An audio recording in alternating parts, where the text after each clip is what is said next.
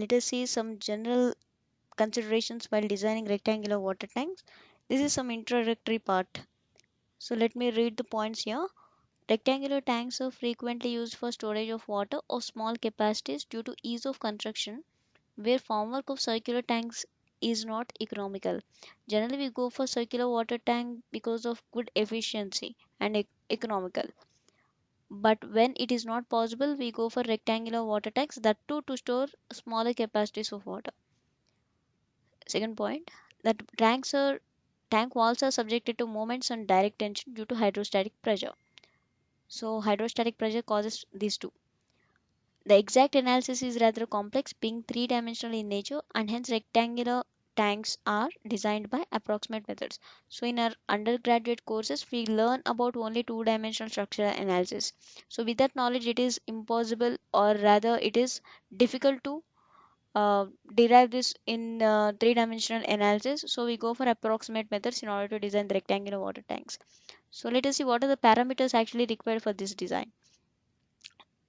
So we need, so first 3 points are actually we can these are given in the problem, otherwise according to our requirements. Suppose if we really want to go out and want to design a rectangular water tank, we have to know what is the length required, what is the breadth, what is the height of tank wall. These are the basic needs, right? So later we go for thickness of the water tank, and we go for the reinforcement of the water tank. We have to design them based on the fourth parameter. What is that? The moments developed in the tank wall depending upon L by B ratio. These we have to calculate.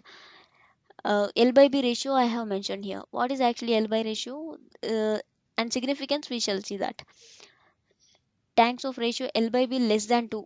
If less than 2, actually the tanks are designed as continuous frame. So if you see here, let me read the point here. For these types of tanks, the walls are designed as continuous frame subjected to water pressure varying from 0 to at the top to maximum at h by 4 or 1 meter, whichever is more. So here, no, why it is h by 4 actually?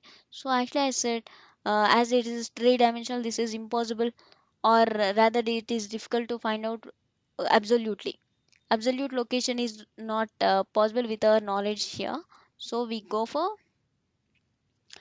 approximate method, and we are assuming that the maximum water pressure occurs at h by 4 from the bottom, like this. If you see the image, you will understand. Here the water pressure is varying. Here it is maximum and it is slowly going down and becomes 0. At the top it is 0, bottom it is 0, and here it is maximum at where?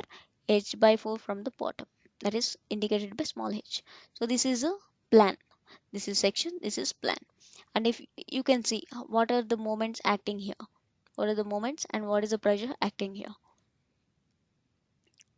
Okay, next point, for bottom portion h by 4 or 1 meter, what we were talking about, small h, the bending is in the vertical plane and this portion is designed as cantilever. So actually for this portion, so it is looking like cantilever, right? So here it is fixed and here it is free. So here due to this pressure it may bend like this here, like this. So we can consider it as cantilever and we can proceed for design. So corners are designed for maximum moment obtained after moment distribution with intensity of pressure. What is intensity of pressure? It is given by the gamma into h minus h, and this is about this region. This is the maximum intensity. This is given by gamma is nothing but the water unit weight of the water. Next point, in absence of the moment distribution, the bending moment may be computed by the following approximate methods. So actually I have advised you to read the moment distribution method, but in absence of that we can also find it out by using these approximate methods. So this is the point, bending moment at the center of span. It is given by empirical formula PL square by 16. P is nothing but this value, gamma into h minus h.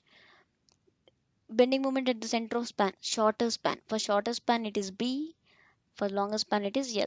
The actually the formula is PL square by 16 and this is PB square by 16 according to the type of wall, long or short. This is for outer face, not inner face.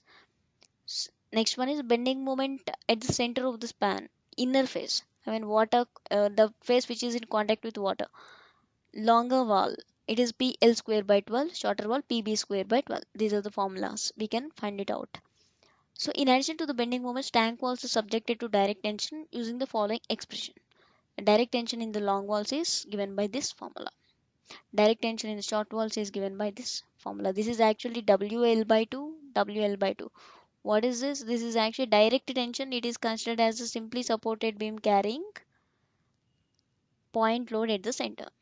Otherwise, for this fixed end moments, you can also consider direct tension at the ends also will be the same, because for a simply supported beam carrying UDL over the span, what is the reaction? This is WL by 2. So L is considered as B for the long walls. So here L is considered as L for the short walls. Vice versa. In reverse we have to take. For long walls it is B and short walls for it is L. Design moment is this M minus T suffix Tx. Tx is actually the tension at x. Sorry, tension multiplied by the distance. This is also a moment. X is the distance of steel reinforcement from the center of the section. Center of the section. The cross section is like this. So center of the section is here. From here to the reinforcement, wall reinforcement. Total steel area. So this is given by this formula. After this, these two.